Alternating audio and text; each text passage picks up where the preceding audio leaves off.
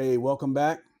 Today, we're going to talk about how to make an offer so strong it looks like you're practically winking at the seller, right? This is for buyers who want to win without looking desperate. Yeah, an offer is an important part of the deal because it can be legally binding once it's accepted. So let's go strong. It includes the initial offer is the lender's pre-approval letter and your bank statements. That's an opening handshake to the seller. Seller wants to have confidence that you can actually close. You want to include a good pre-approval letter, the proof that earnest money funds are available to you in your initial offer package. Now, strategies, price matters, but so does structure. A clean, competitive price with fewer contingencies often beats a slightly higher price wrapped in a whole bunch of drama. You want to use an escalation clause when multiple offers are likely, but you want to cap it so you don't accidentally buy a house at a price that makes your future self hate you. Earnest money. Earnest money and deposit strength, that shows a meaningful uh, commitment. So it signals to the buyer, to the seller, your commitment. It's not about showing off, it's about credibility. You want to keep the deposit proportional to the market and your risk tolerance. You also want to consider timeline and flexibility. So sellers love certainty. Offer a closing date that aligns with the seller's needs and be flexible on possession if you can. A small concession on timing can be worth thousands of dollars in negotiation leverage. Clean contingencies. So we talked about it before, less drama. Keep essential contingencies like financing and inspection, but avoid unnecessary ones like I must have purple curtains, whatever. If you waive an inspection contingency in a bidding war, you got a budget for surprises. If you keep the inspection contingency, consider an escrow holdback for agreed upon repairs to reassure the seller while still protecting yourself. Okay. Now, here's a few tactical moves that'll win. Write a concise personal letter, a short, sincere note about why you love the house. That can probably tip the scales in a very close race. All right. Keep it human, not theatrical. No sob stories, no promises to repaint the kitchen in avocado green. All right. Just tell them why you love the house.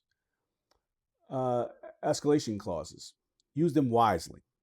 State your initial offer, then specify the increments and the maximum amount that you're willing to pay. This keeps you competitive without blind bidding.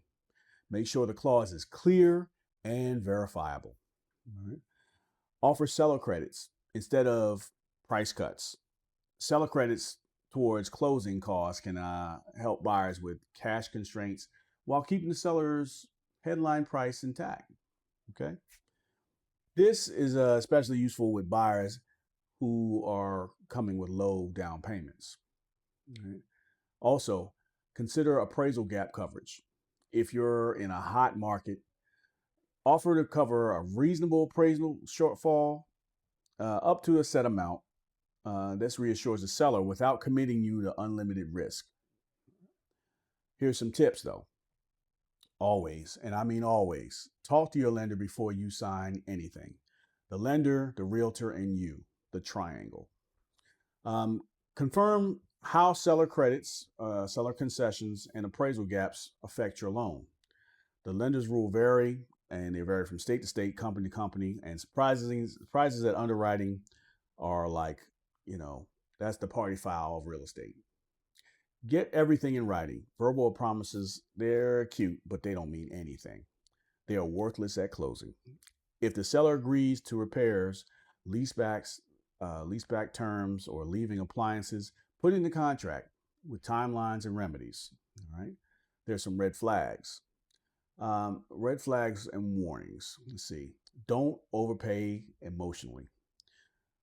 Winning a bidding war by 20,000 might feel great until you realize you just paid for a view of your neighbor's laundry line. So know your maximum, stick to it.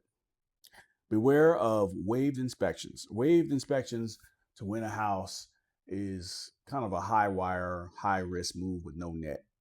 If you budget, if you do it, you got a budget and you got to be ready to pay for repairs immediately. Get a thorough home warranty in that case. Uh, Watch earnest money exposure. If you remove contingencies, your earnest money could be at risk. So be very careful and talk with your realtor about that. Understand the contract's release conditions before you hand over a big deposit. All right? Vague clauses, ambiguous language about the credits, repairs, or possession, that invites disputes. So clarity is your friend. Clarity prevents drama. A strong offer is a blend of money, timing, clarity, and credibility. Be prepared, be reasonable, but be strategic. Now, go in the house.